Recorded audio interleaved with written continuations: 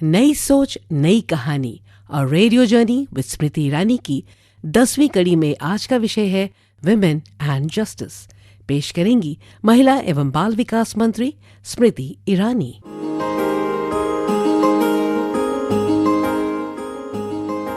नई सोच नई कहानी में आप सबका स्वागत है। आज कहानी उनकी जो इंसाफ के लिए लड़े, आज कहानी उनकी जो इंसाफ की चाह में निकले थे घर से और इंसाफ न सिर्फ मिला बल्कि सरकार से सहयोग भी। आज कहानी उनकी जो इंसाफ दिलवाते हैं और भारत सरकार हो या फिर इंसाफ की तराजू को लेकर खड़ी वो महिला जो आंख पर पट्टी बांधे है, उसकी कोर्ट में महिला को इंसाफ दिलाने वाले ऐसे लोगों की कुछ कहानी आज श्रोताओं को कहना चाहती हूँ कि हमारे संग हैं महिला और बाल विकास मंत्रालय के सचिव इंदिवर पांडे जी और एडिशनल डिस्ट्रिक्ट और सेशंस जज दिल्ली की हायर जुडिशियल सर्विस से मिस श्रेया अरोड़ा मेहता जी। पांडे जी, आपसे शुरुआत करना चाहूंगी। हमारे देश में निर्भया फंड के बारे में बहुत चर्चाएं होती हैं, लेकिन मैं चाहती हूँ कि हमारे श्रोता समझें कि ये फंड होता क्या है, भारत सरकार इसका संचालन कैसे करती है। जी, निर्भया फंड जो है, जो विख्यात निर्भया केस था उसके बाद शुरू किया गया था। 2013 में इस पहली बार स्टैब्लिश किया गया, परंतु 2013 तक इसमें कोई भी प्रोजेक्ट नहीं सैंक्शन हुआ था। 2014 के बाद जो है निर्भया में प्रोजेक्ट सैंक्शन हुए और सरकार ने एक इनिशियल कॉर्पस दिया था। उसके बाद से 500 करोड़ करके हर साल में इसमें दिया जाता है।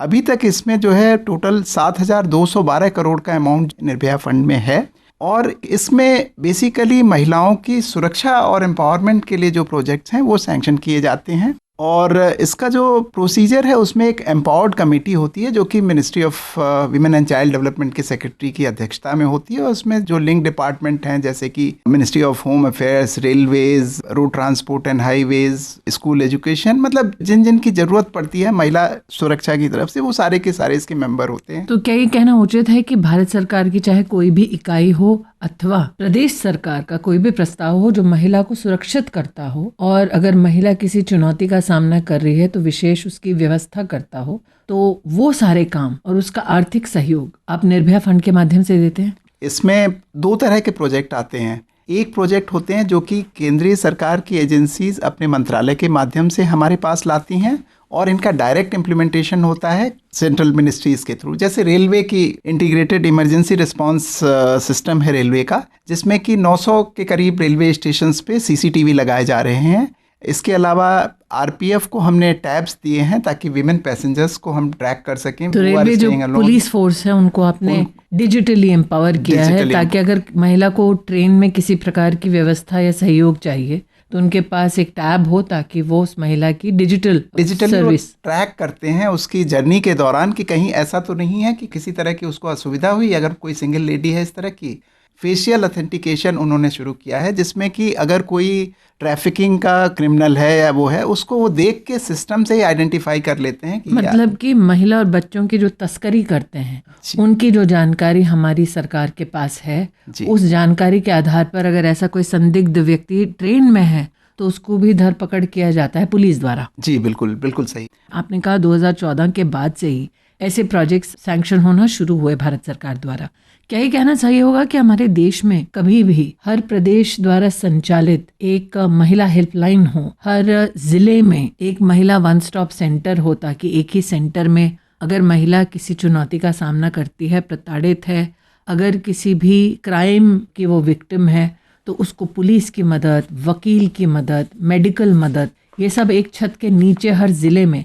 ये क्या 2014 से पहले कोई व्यवस्था नहीं थी ऐसी? जी मैडम, इस तरह की कोई भी व्यवस्था नहीं थी। इनफैक्ट सबसे पहले विमेन हेल्पलाइन जो कि सारे राज्यों में शुरू की गई, वो सैंक्शन की गई हमारी मिनिस्ट्री की तरफ से। और आज ये विमेन हेल्पलाइन 34 राज्यों और संघ शासित प्रदेशों में चल रही है, जिसमें 64 लाख से अधिक महिलाओं को मदद मिली है और यहाँ पे करीब 1.26 करोड़ कॉल्स आई हैं। इसमें 1,26,00,000 महिलाओं ने हेल्पलाइंस के माध्यम से मदद मांगी और उनको मदद दी गई। जी, इसके अलावा जहाँ तक हम वन स्टॉप सेंटर की बात करते हैं तो हमने 801 वन स्टॉप सेंटर अप्रूव कर दिए हैं, जिसमें कि हर जिले में हैं और जो बड़े जिले में हैं वहाँ पे 2-2 करके वन स्टॉप सेंटर किए गए हैं। 753 ओएससी ऑलरेडी फंक्शनल हैं और इन्होंने भी करीब 7 लाख से ज़्यादा महिलाओं की मदद की है जो कि वायलेंस से पीड़ित हैं। वो वहाँ आके रहती हैं, उनको लीगल, मेडिकल, पुलिस हर तरह की असिस्टेंस प्रोवाइड की जाती है। टेम्परेरी रहने के लिए भी वहाँ किस पे प्रकार प्रावधान के है। केसेस के विक्टिम्स आते हैं वन स्टॉप सेंटर में? सबसे ज़्यादा डोमेस्टिक वायलेंस के केसेस आते हैं। इसके अलावा तरह तरह के, जैसे फैमिली में किसी तरह का डिस्प्यूट हुआ, एक तो हस्बैंड वाइफ के झगड़े सबसे ज़्यादा आते हैं। अगर रफली देखें तो 70% के करीब ये केसेस होते हैं।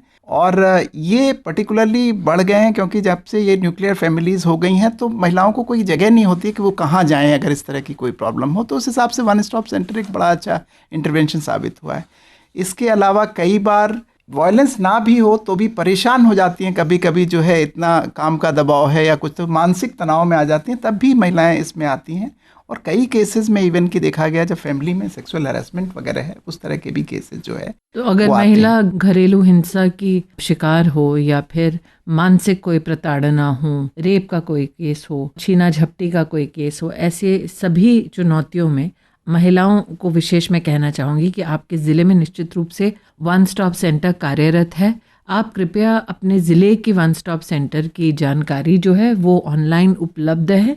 साथ ही आपके प्रदेश में हेल्पलाइन कौन सी चलती है उसका नंबर भी सार्वजनिक तौर पर उपलब्ध है। पांडे जी, राष्ट्रीय हेल्पलाइन भी है 181 जो महिला हेल्पलाइन है, ये जो है राष्ट्रीय हेल्पलाइन है। इसके साथ साथ एक और हेल्पलाइन है बहुत इंपॉर्टेंट जो कि इमरजेंसी असिस्टेंस में आती है, इमरजेंसी रिस्पॉन्स सपोर्ट सिस्टम, जो कि 112 जिसे बोलते हैं, इमरजेंसी हेल्पलाइन, जिसके थ्रू आप फायर, पुलिस, मेडिकल इस तरह की असिस्टेंस मिलती है। 112 को अब 181 के साथ लिंक भी कर दिया गया है। ये एक बहुत बड़ा परिवर्तन आया है। तो अगर आप 181 पे कॉल करें और आपको इमरजेंसी रिस्पॉन्स की जरूरत है, पुलिस मदद की जरूरत है, तो इंस्टेंटली एक स्विच से ये कॉल जो है ट्रांसफर हो जाती है। ये हमने करीब करीब सारे राज्यों में कार्यरत कर दिया है। तो 112 या 181 महिलाएं अगर मुसीबत में हैं तो इन नंबर्स पर मदद मांग सकती हैं और मदद मिलती है। पांडे जी, एक चीज़ और जो आप निर्भया फंड के अंतर्गत जिसे फंड करते हैं वो है फास्ट ट्रैक कोर्ट। जी, कोर्ट की विशेष व्यवस्था देश भर में 1000 से ज़्यादा भारत सरकार ने नरेंद्र मोदी जी के नेतृत्व में स्थापित की। मेरी जानकारी में यह है कि लगभग 1,60,000 केसेस में अब तक महिलाओं को इन कोर्ट्स में न्याय मिल चुका है। इसके बारे में थोड़ा बताइए। जहाँ तक फास्ट ट्रैक कोर्ट्स की बात है, 758 फास्ट ट्रैक कोर्ट जो है अभी तक अप्रूव किए जा चुके हैं। इनफैक्ट फंक्शनल हैं 758 फास्ट ट्रैक कोर्ट्स, जिसमें से 412 एक्सक्लूसिव पॉक्सो की कोर्ट हैं। और इन कोर्ट्स में अभी तक 2 लाख से ज़्यादा केसेस डिस्पोज ऑफ किए जा चुके हैं। अभी तक हमने इस पे 735 करोड़ जो है खर्च किया है इन फास्ट ट्रैक कोर्ट्स में।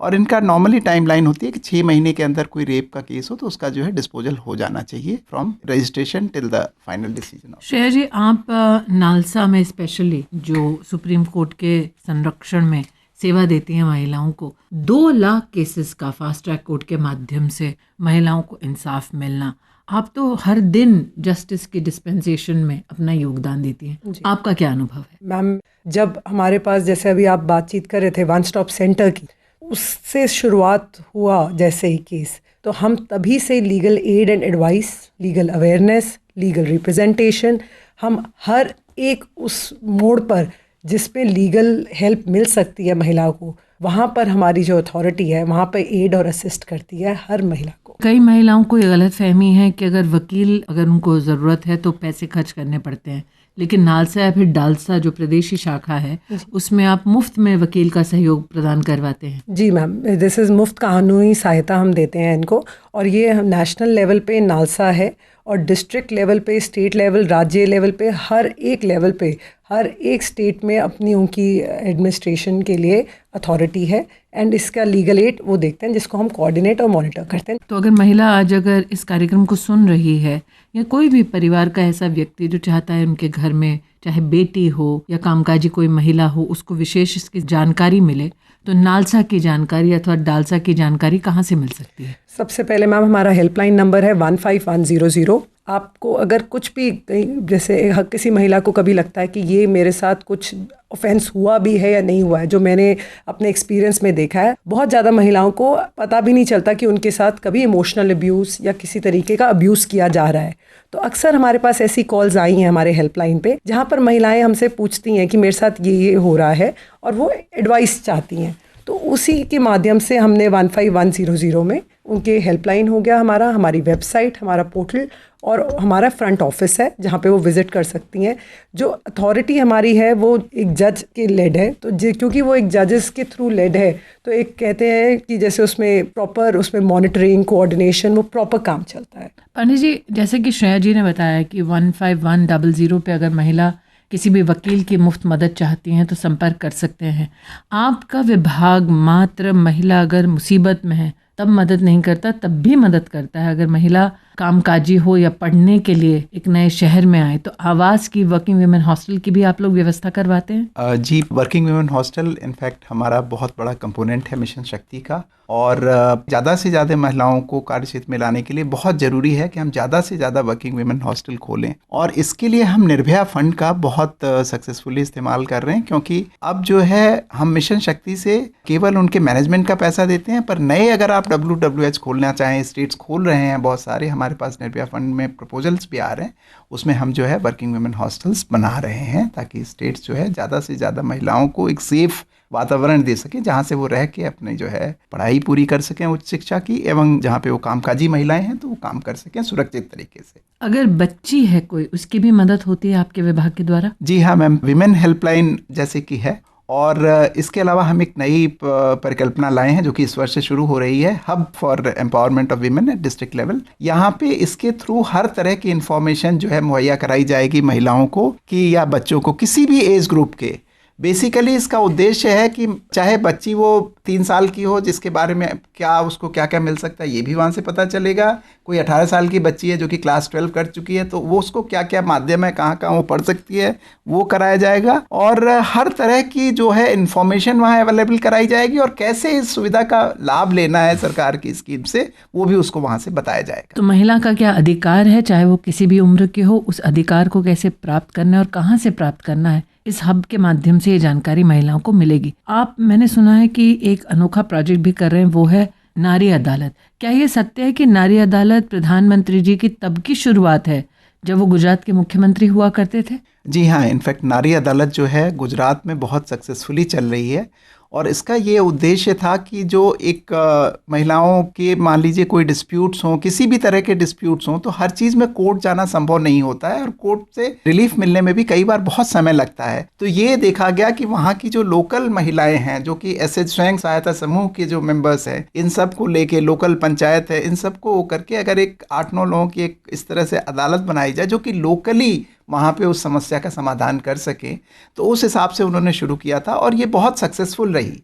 जैसे कि हम देखें कि वन स्टॉप सेंटर में भी कुछ इसी तरह की काउंसलिंग करके फैमिली में अगर कोई डिस्प्यूट हो तो उस तरह का सॉल्यूशन किया जाता है, लेकिन नारी अदालत उससे कहीं वाइडर कॉन्सेप्ट है और लोकल लेवल तक गया है, क्योंकि ये पंचायत तक गया है। तो इसके बड़े अच्छे फल आ रहे हैं। हमने ऑलरेडी इसको जो है इस वर्ष पायलट बेसिस पे आसाम में और जम्मू एंड कश्मीर में नारी अदालत को शुरू किया है। एक बार जब ये चल जाएगा हम इसको पूरे देश में ले जाएंगे।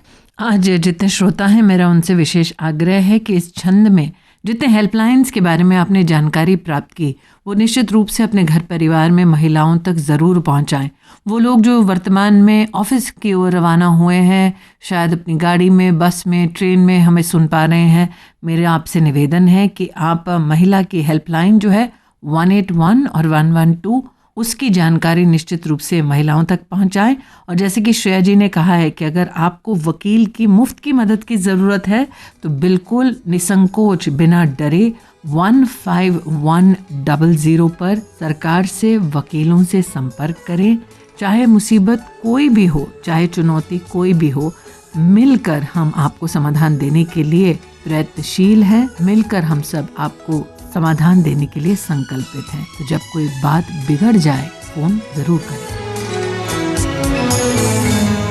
जब कोई बात बिगड़ जाए, जब कोई मुश्किल पड़ जाए, तुम देना साथ मेरा ओ हमनवा।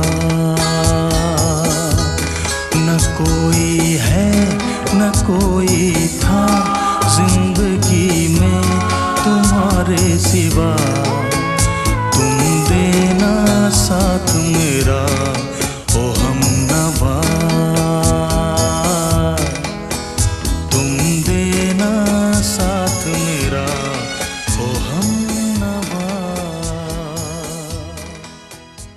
क्या चिंता आपकी परीक्षा की तैयारी में बाधा बन रही है और आप परिणामों के बारे में चिंतित हैं? टेलीमानस के 14416 पर संपर्क करें। कानूनी मदद और सलाह दिलाती, टेलीलॉ हमें सही राह दिखाती।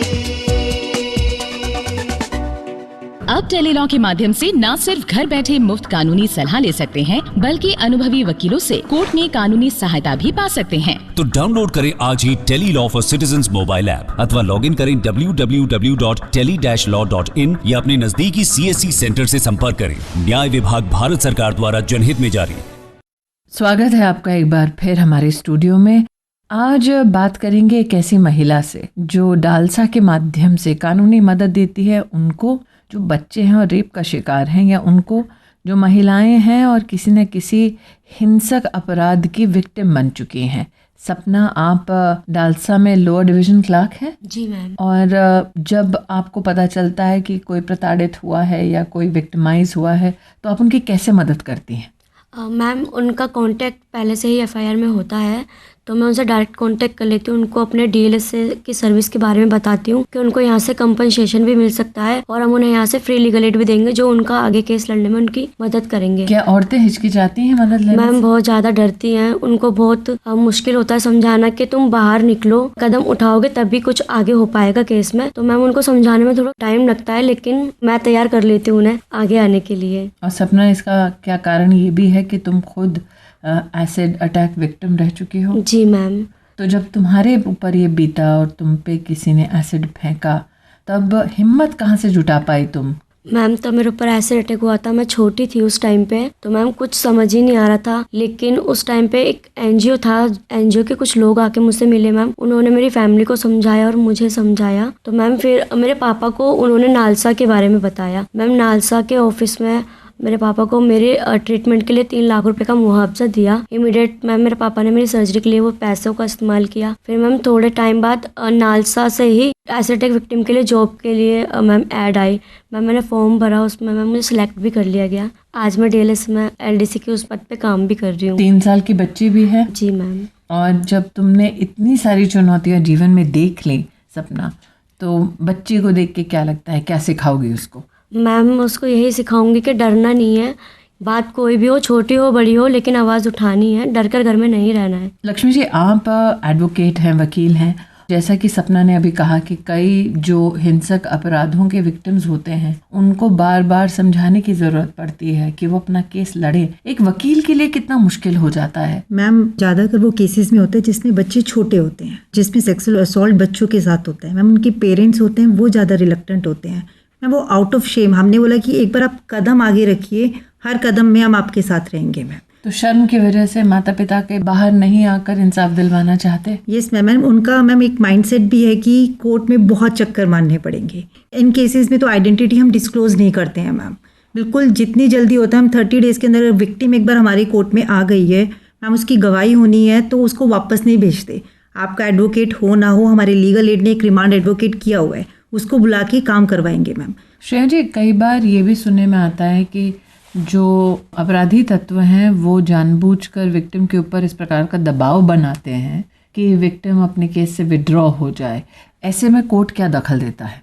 हमारा जो मैकेनिज़्म है, जिस तरीके से हमारे पास नेशनल कमीशन फॉर वुमेन से उनके वर्कर्स हम हर कोर्ट में होते हैं और डालसा के वकील होते हैं उनकी रिप्रेजेंटेशन के लिए, और साथ में प्रोसिक्यूटर होता है।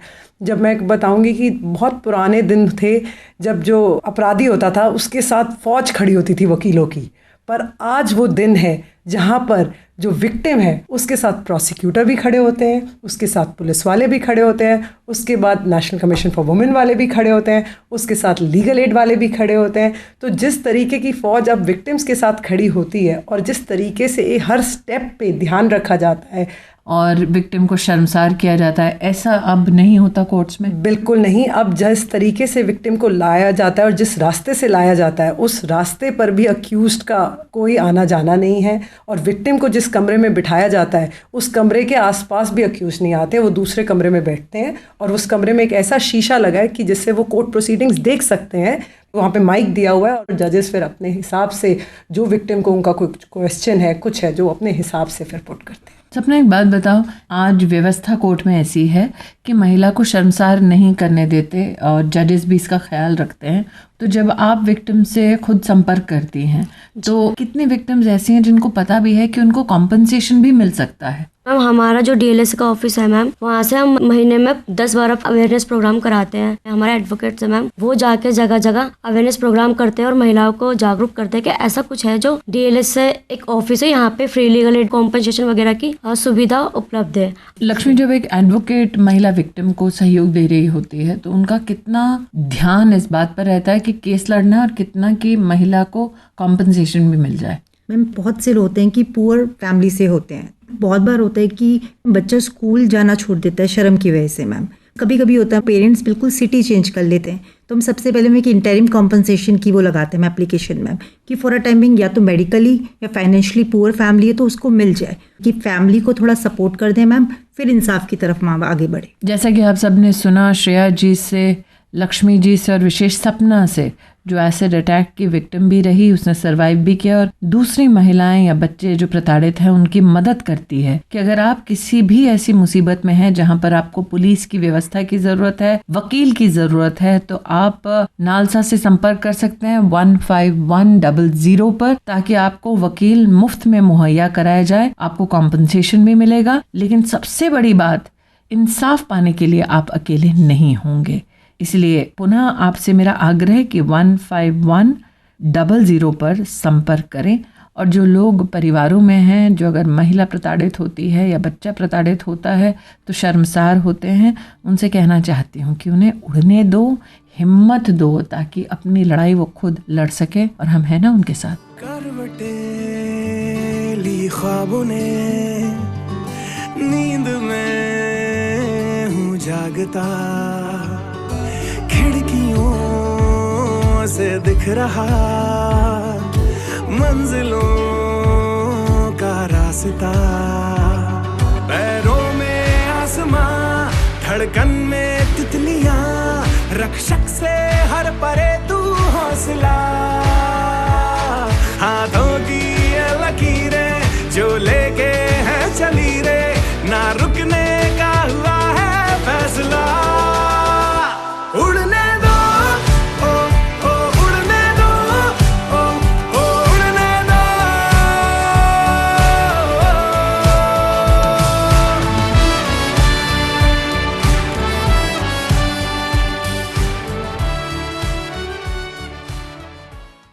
क्या आपको नींद में परेशानी होती है या आप बीच रात बार बार जगते हैं? टेलीमानस के 14416 पर कॉल करें और हमारे प्रशिक्षित परामर्शदाता आपकी सहायता करेंगे। Order order order. ये अदालत मुल्जिम विकी सिंह को निवेशकों को गलत जानकारी देने और उन्हें गुमराह करने का दोषी पाती है। जज साहब, मुझे गलती सुधारने का एक मौका दीजिए जज साहब। जज साहब, इन्हें तो अब मौका नहीं मिल सकता, लेकिन आपके पास अब भी मौका है। निवेशकों को जब भी कोई योजना समझाएं, उन्हें गलत जानकारी या कोई गलत बात ना बताएं, क्योंकि ऐसा करना आपके लिए भारी पड़ेगा। Investor education and protection fund authority, corporate कार्य मंत्रालय, भारत सरकार द्वारा जनहित में जारी। स्वागत है आपका एक बार फिर हमारे स्टूडियो में, और इस बार बात होगी उन महिलाओं के साथ जो वन स्टॉप सेंटर चलाती हैं। हमारे सभी श्रोताओं को बतलाना चाहती हूँ, हमारे आज़ाद देश में प्रधानमंत्री मोदी के सानिध्य में पहली बार ये कल्पना राष्ट्र में प्रस्तुत हुई कि हर जिले में महिलाओं के संरक्षण के लिए एक छत के नीचे पुलिस, डॉक्टर, वकील, इन सारी व्यवस्थाओं को महिला तक पहुंचाने के लिए वन स्टॉप सेंटर गठित हों। आज लगभग देश के हर जिले में वन स्टॉप सेंटर संचालित है। ऐसे ही 2 सेंटर्स चलाने वाली एक विनीता मेरठ से और इंचार्ज अर्चना सिंह लखनऊ से आज स्टूडियो में हमारे साथ है। अर्चना, पहले तो ये बताइए कि वन स्टॉप सेंटर के बारे में जानकारी जिले में महिलाओं तक आप कैसे पहुंचाती हैं? नमस्कार। कोई भी जानकारी हमें देनी होती है तो हम अवेयरनेस प्रोग्राम करते हैं वन स्टॉप सेंटर का, 181 हमारा टोल फ्री नंबर है। और इसके लिए हम कॉलेज में, कम्युनिटी में, स्लम्स एरिया में, रेडियो के माध्यम से, दूरदर्शन के माध्यम से, और जो हमारे आईसी मटेरियल होते हैं जो हम वॉल पे लिख के 181 हेल्पलाइन किया है वन स्टॉप सेंटर, इसके माध्यम से प्रचार प्रसार करते हैं। विनीता, आपने अनुभव देखा है वन स्टॉप सेंटर में, उसमें महिला जब आती है तो मुख्यतः किस प्रकार के केस को लेकर आती है? मोस्टली तो घरेलू हिंसा से पीड़ित आती हैं, तो उनको परामर्श बैठक दी जाती है।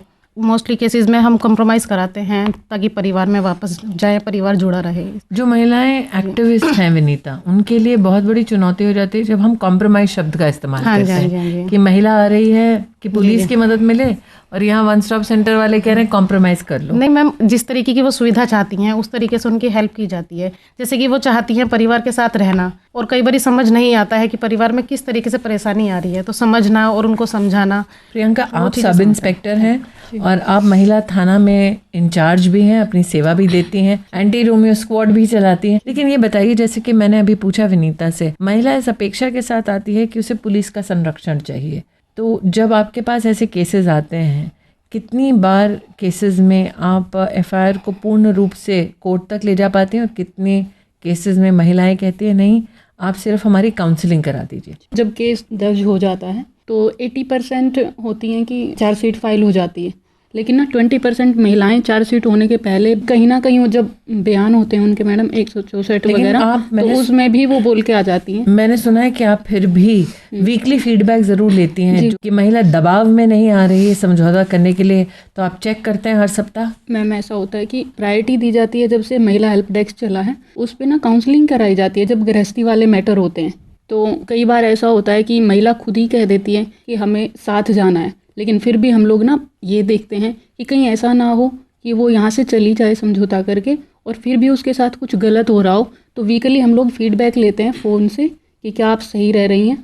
आप उत्तर प्रदेश में विख्यात एंटी रोमियो स्क्वाड को भी महिला थाना मेरठ के माध्यम से संचालित करती हैं, तो एंटी रोमियो स्क्वाड के लिए लड़कियों की छेड़खानी की वारदातें आती हैं, केसेस आते हैं, तो आप क्या स्वयं जाते हैं मौके पर? जी, हम लोगों की एक टीम होती है मैम, जिसमें सिपाही रहती हैं और हम लोग होते हैं, तो पूरी टीम हमारी ना कॉलेज, पार्क और जो कोचिंग सेंटर वगैरह हैं उनके सामने होती है। तो जो बार बार वहाँ से घूम रहा है तो पूछ भी लिया जाता है कि क्यों घूम रहे हो, और उस पर कार्रवाई भी होती है। ऐसी आज एक महिला हमारे मध्य में है, मैं उनका असली नाम नहीं लूँगी ताकि हम उनका संरक्षण कर सकें, शबीना नाम से उनको हम बुलाएंगे। शबीना, आप बाल विवाह और घरेलू हिंसा के लिए मदद मांगने के लिए वन स्टॉप सेंटर आई थी? Yes ma'am. और क्या हुआ था आपके साथ? मैम 181 टोल फ्री नंबर था वन स्टॉप सेंटर का, उस पर मैम मैंने कॉल किया, फिर वहाँ से मैम मेरा रेस्क्यू हुआ। फिर मैम मैं मानसिक रूप से बहुत ज़्यादा परेशान थी, फिर मैम का और टीम का बहुत सहयोग रहा। और आज जो महिला सुविधा मांग रही थी वो दूसरों की मदद करती है? जी मैम, चाइल्ड लाइन में मदद कर रही है, मैंने सुना। जी यस मैम, ऐसे ही। तो एक बात बताओ कि तुमने खुद एक विक्टिम के नाते वन स्टॉप सेंटर से मदद पाई। Yes ma'am. अब तुम दूसरे विक्टिम्स की मदद करती हो अपने अनुभव से।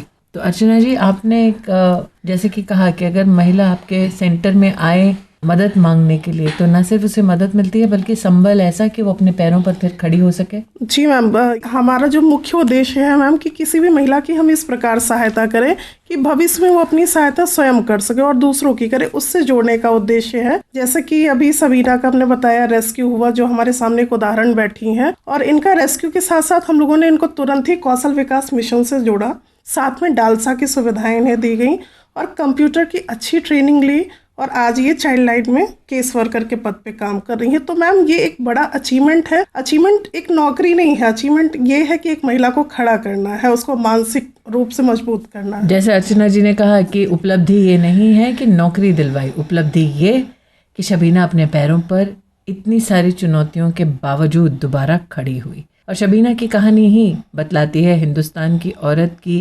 कैपेसिटी क्या है, उसकी उपलब्धियों की और सफलताओं की क्षमता क्या है। कोमल है, कमज़ोर नहीं। कोमल है, कमज़ोर नहीं, तू शक्ति का नाम ही नारी है, जग को जीवन देने वाली मौत भी तुझसे हारी है। कोमल है, कमज़ोर नहीं तू।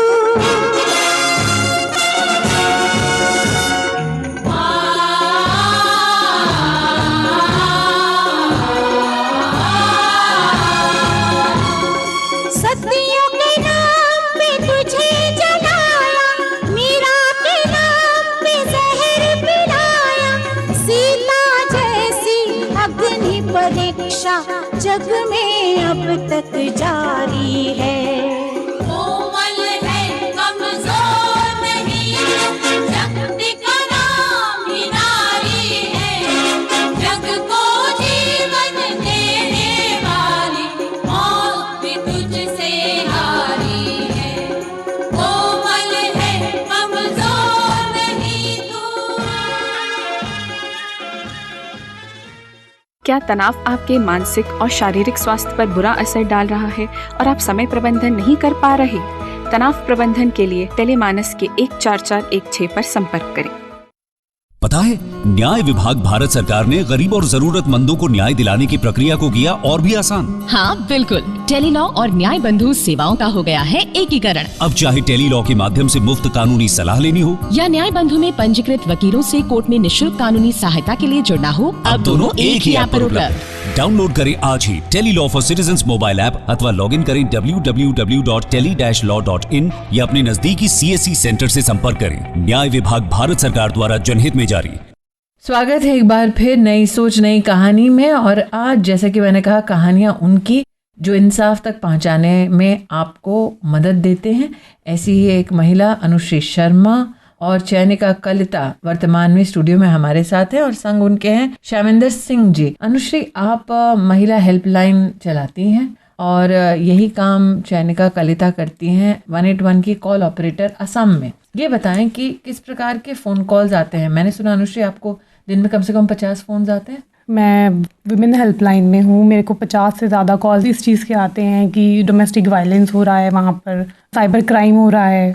मतलब कॉल लेडीज़ को नहीं पता कि अगर मेरे साथ कुछ ऐसा हो रहा है तो मुझे कहाँ अप्रोच करनी चाहिए। जैसे अगर पति के साथ कोई मेंटेनेंस इशू हो रहा है तो उसे कहाँ अप्रोच करना चाहिए, कहाँ वो फिजिबल है जहाँ पे उसकी मुफ्त में सहायता की जा सके।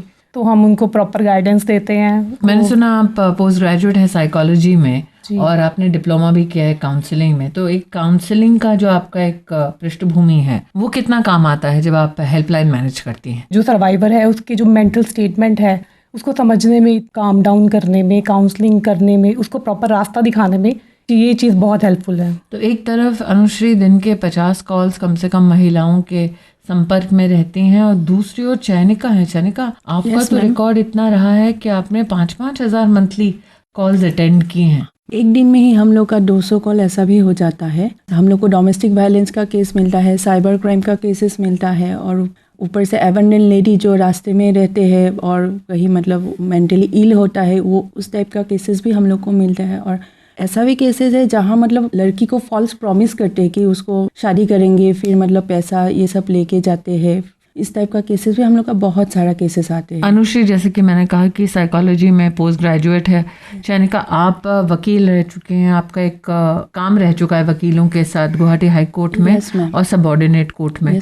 तो वकील की दृष्टिकोण से आप कितनी मदद कर पाती हैं और कितना आप काउंसलिंग कर पाती हैं लोग? जब एक औरत कॉल करती है और उसके लॉ पर्सपेक्टिव से उसको कुछ पता नहीं कि वो कहाँ जाए, कैसे करे, तो हम लोग उसको बोलते हैं कि कैसे उसको लीगल सर्विस मिलेगा, फ्री लीगल एड कैसे मिल सकते हैं।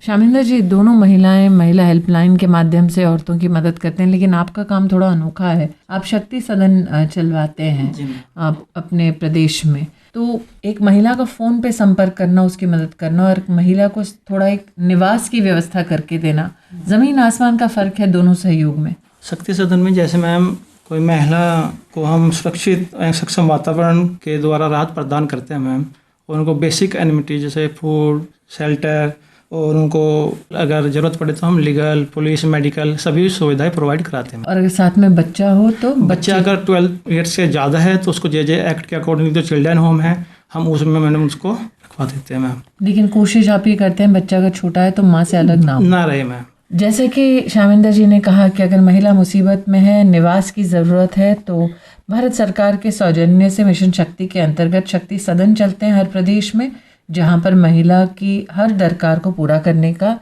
प्रयास भारत सरकार प्रदेश की सरकारों के साथ करती है। चयनिका कलिता और अनुश्री शर्मा ने जैसे आपको बतलाया कि अगर महिला किसी दुविधा में है, किसी मुसीबत में है, तो 181 जैसे नंबर्स पर अगर आप फ़ोन करें तो त्वरित रूप से आपको फ़ोन पर न सिर्फ काउंसलिंग की मदद मिलेगी, लेकिन अगर आपको पुलिस की व्यवस्था चाहिए अथवा वकील की मदद चाहिए तो ये मदद भी महिलाओं को दिलवाने का काम हमारी हेल्पलाइंस करती हैं। इसलिए तो महिलाएं कहती हैं कि हक क्या है वो जानना ज़रूरी है। उस अधिकार को पाना कैसे है ये भी जानना ज़रूरी है। कुछ लोग एक शायराना अंदाज में कहते नहीं हैं कि साडा हक इत्थे रख। मतलब कि तुम सबका मुझ पे मुझसे भी ज्यादा हक है। साडा हक इत्थे रख।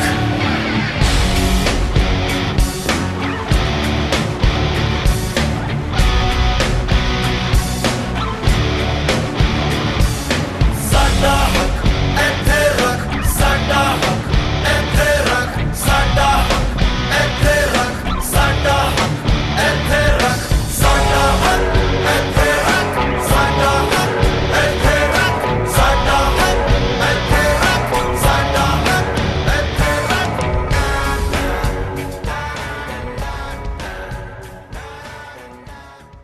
क्या आपके मन में जीवन समाप्त करने के विचार आ रहे हैं? क्या आप बेहद निराशा महसूस कर रहे हैं? सहायता के लिए टेलीमानस के 14416 पर संपर्क करें। कानूनी मदद और सलाह दिलाती, टेलीलॉ हमें सही राह दिखाती।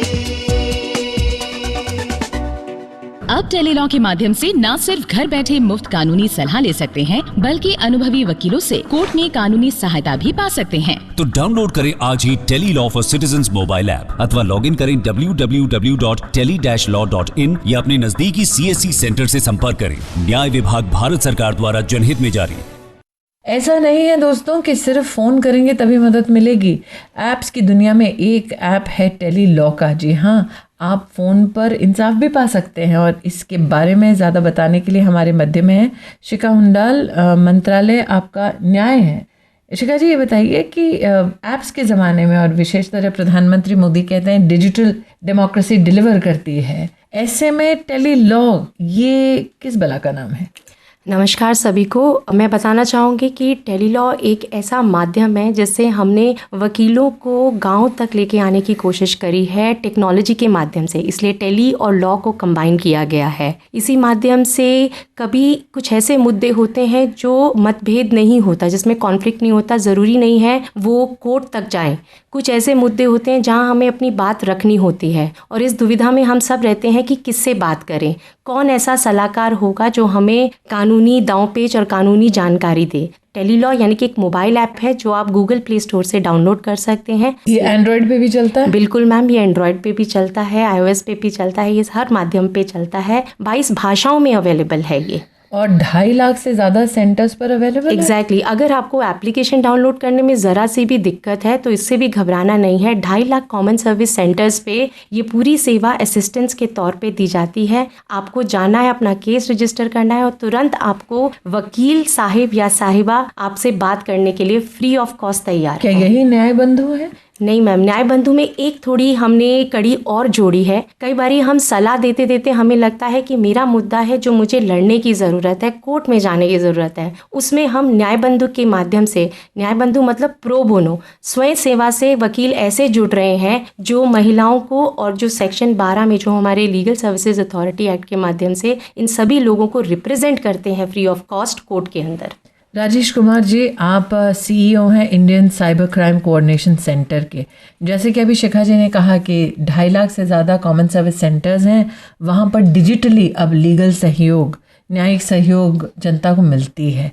लेकिन डिजिटल का ये माध्यम ऐसा भी है राजेश जी जहाँ पर महिला को प्रताड़ित भी किया जाता है, शर्मसार किया जाता है, कभी ट्विटर पर, कभी फेसबुक पर, व्हाट्सएप पर परेशान किया जाता है। ऐसे में आपका जो साइबर क्राइम डिवीज़न है उससे महिला को, प्रताड़ित बच्चों को कैसे आप सुरक्षित कर पाते हैं? गृह मंत्रालय भारत सरकार का पोर्टल है national cyber crime reporting portal, जिसका URL है www.cybercrime.gov.in।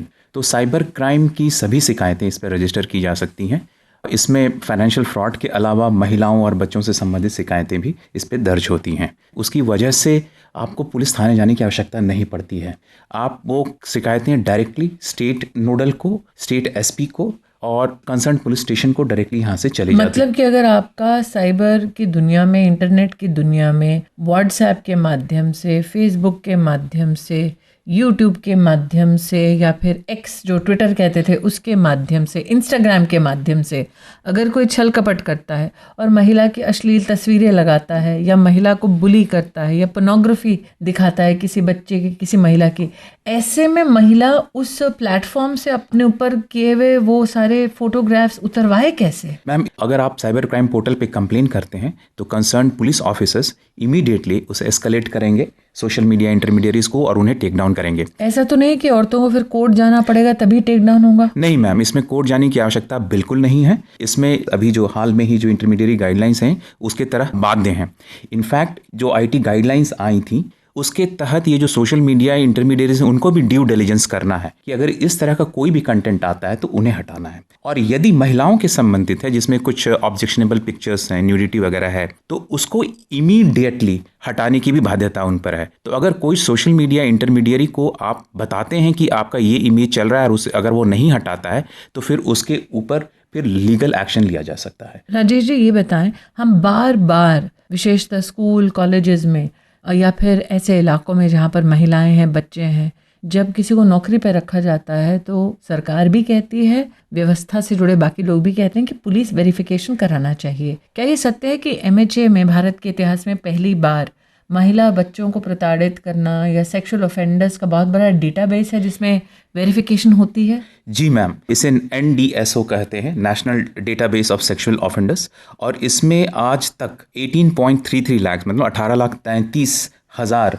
लोगों का डेटाबेस क्रिएट हो चुका है। तो जो भी जब एंटीसीडेंट चेक होता है तो इसमें वेरीफाई होता है। तो ये एक तरह से इंश्योर करता है कि गवर्नमेंट के सिस्टम में ऐसे लोग ना आ जाएं जिनका इस तरह का बैकग्राउंड है। इसलिए आज सुनने वालों से मेरा निवेदन की तो बहुत बड़ी लिस्ट है। जैसे कि राजेश जी ने कहा कि NDSO में जो महिला को प्रताड़ित करते हैं, रेप करते हैं, सेक्सुअल असॉल्ट करते हैं, ऐसे सभी ऑफेंडर्स की एक फहरिस्त है।